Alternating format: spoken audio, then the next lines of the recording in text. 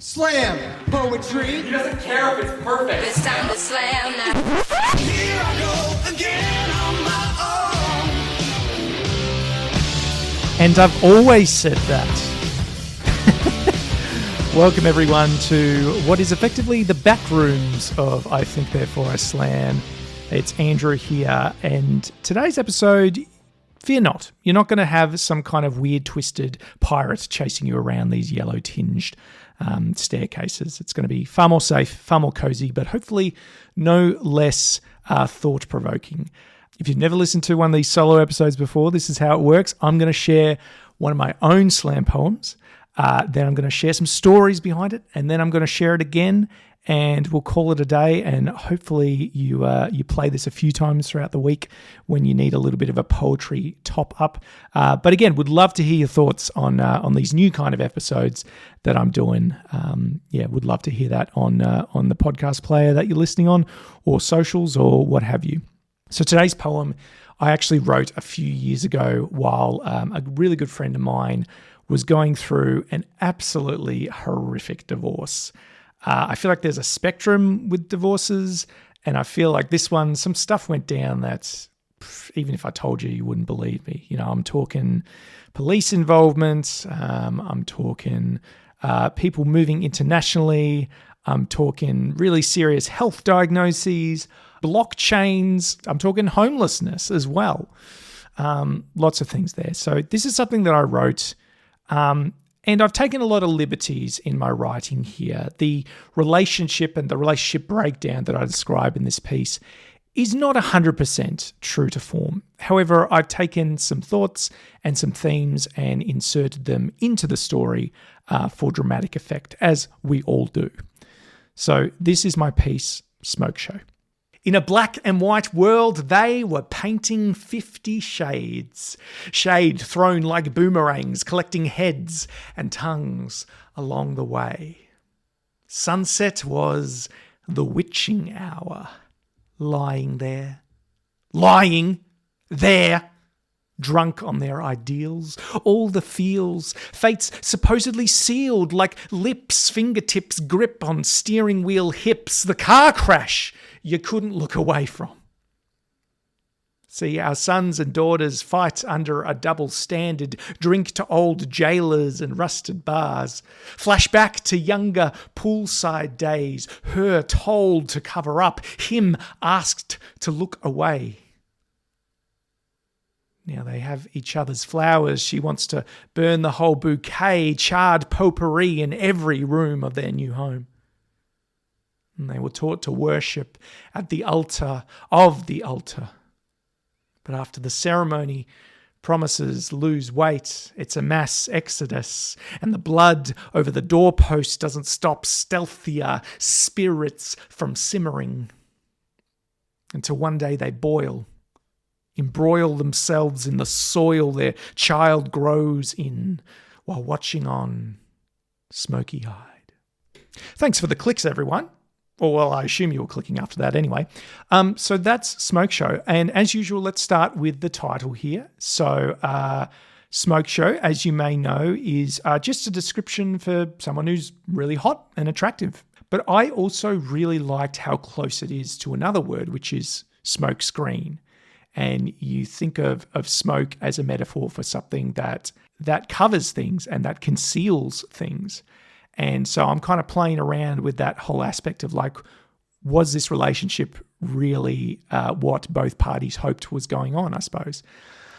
And I think the biggest reflection here is that this relationship moved into a marriage very quickly, moved into cohabitating and marriage very quickly. And I understand that some relationships do that. And I remember being really happy for my friends when that was happening for them. Who knows if things would have been different if things moved a little bit slower. But again, in some of the language I'm using here, I'm trying to capture passion, I suppose. I'm trying to capture passion and speed. Obviously, there is the very obvious name drop of painting 50 Shades. So, you know, throwing in that passion, that eroticism, if you like, talking about the witching hour and sunset. So kind of comparing Beautiful scenery, sunsets lying there together with darker things, I suppose. Sunset being the witching hour, lying there while lying, as in not being truthful to each other. Having a little bit of play around there. I want to pick things up where I talk about, see our sons and daughters fight under a double standard, drink to old jailers and rusted bars, flash back to younger poolside days, her told to cover up, him asked to look away. This relationship kind of played out in a church context, and having grown up in the same church community, and I've spoken about this on the podcast in terms of things like purity culture. I'm sure if you wanted to know more, you could hear more there. But there was certainly different expectations about how young men and women growing up would conduct themselves. I remember leading on youth camps, for example, where for a time we kind of had a rule in place that, for example, the young women that went on this camp, we had a pretty strict rule around, two-piece bathing suits, for example. Pretty strict ban, I mean to say. For the young men, there was no such restrictions in terms of, as long as they weren't naked, they could swim around at the local pool or something.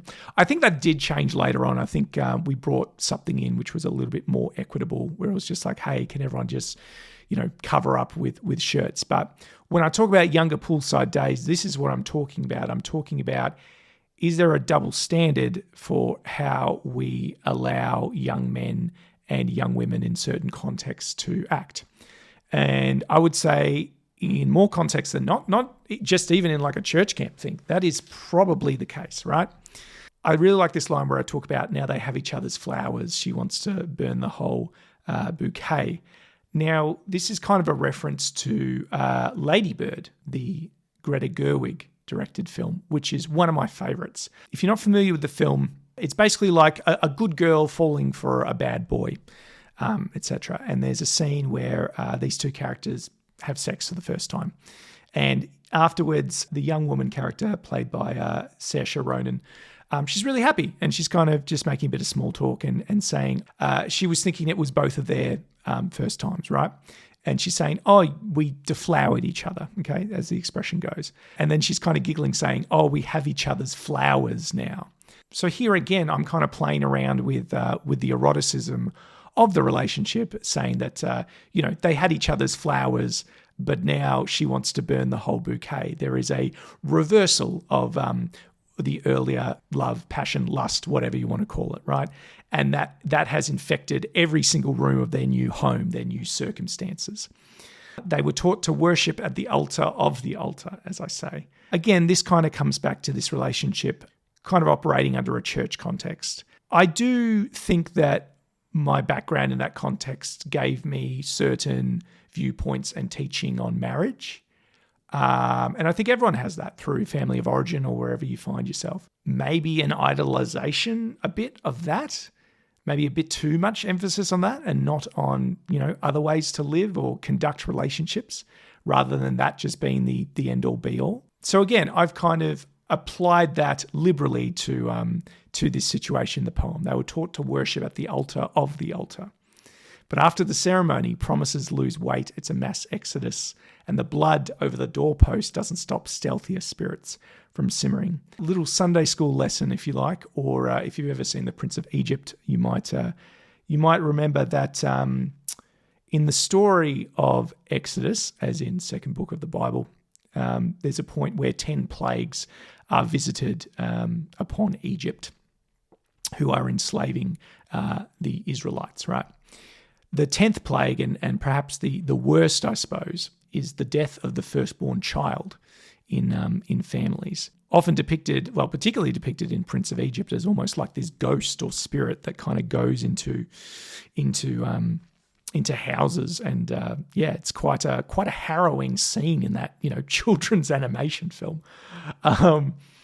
But there's this whole thing that the Israelites were told to sacrifice an animal and to put the blood of the animal over the doorpost, and then they would be spared. And this, of course, is the origin of the Jewish festival of Passover, as in passed over the houses of the Israelites.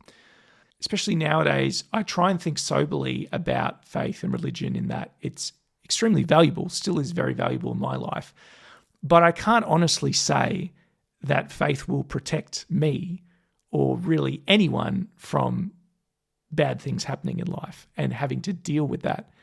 And again, seeing many of my friends get married in these kind of contexts, I suppose there was a bit of naivety in thinking, oh yeah, it'll just be okay. It'll just be okay. It'll last, the relationship, the marriage, what have you. But that's not always the case. Just because you believe something, even if you believe similar things, I think bad things can happen. And in this case, it was a really tragic marriage breakdown. They had a kid together, referred to in that last little bit of the poem. And now that's going to have to be reckoned. Now, in terms of my mate, he's actually found an interesting path forward in that he's moved internationally and met someone else internationally, which is good in one hand because a lot of bridges were burnt over here, not just in this relationship, but family as well. And so the chance for him to start a new life somewhere else, I wish him all the best with his new partner. That's great. And I think she got remarried as well. So that's great again. It's obviously not the end of the story. It's just part of it. So this is really my expose and my dramatization of a relationship that caught ablaze very quickly and moved very quickly and then really exploded and fell apart in a spectacular way and in a way that had me questioning the foundations, I suppose. But again, this is just me as an outside party. I don't think I'll ever really know the ins and outs. And all I could do at the end of the day was try to be there for my friend and for my friends. I hope that I did that well. I hope that he's doing well overseas. I hope that one day he pays me back the money that I lent him, which is probably one of the least wise things I've ever done. Just don't do that. Don't lend your friends money unless it's absolutely no strings attached. That's what I'll say. So that's Smokeshow. It's a piece that I'm really proud of. It's a piece that feels very personal to my own context and the way I see the world and the way that I question certain things that have happened in the last few years. Again, would love to hear your feedback on these solo episodes, these stories behind the slam. So let me know if this is doing it for you. I'm going to share this poem Smokeshow once more and then sign off. In a black and white world, they were painting 50 shades. Shade thrown like boomerangs, collecting heads and tongues along the way. Sunset was the witching hour. Lying there, drunk on their ideals, all the feels, fates supposedly sealed like lips, fingertips grip on steering wheel hips, the car crash you couldn't look away from. See our sons and daughters fight under a double standard, drink to old jailers and rusted bars, flash back to younger poolside days, her told to cover up, him asked to look away.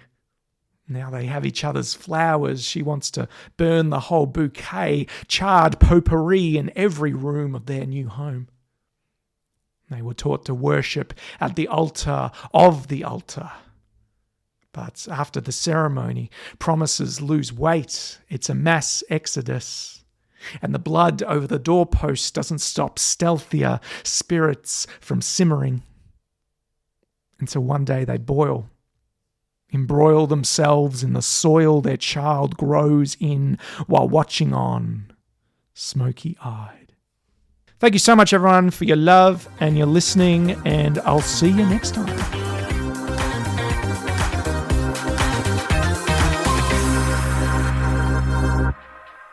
Weetabix hands, what's that all about?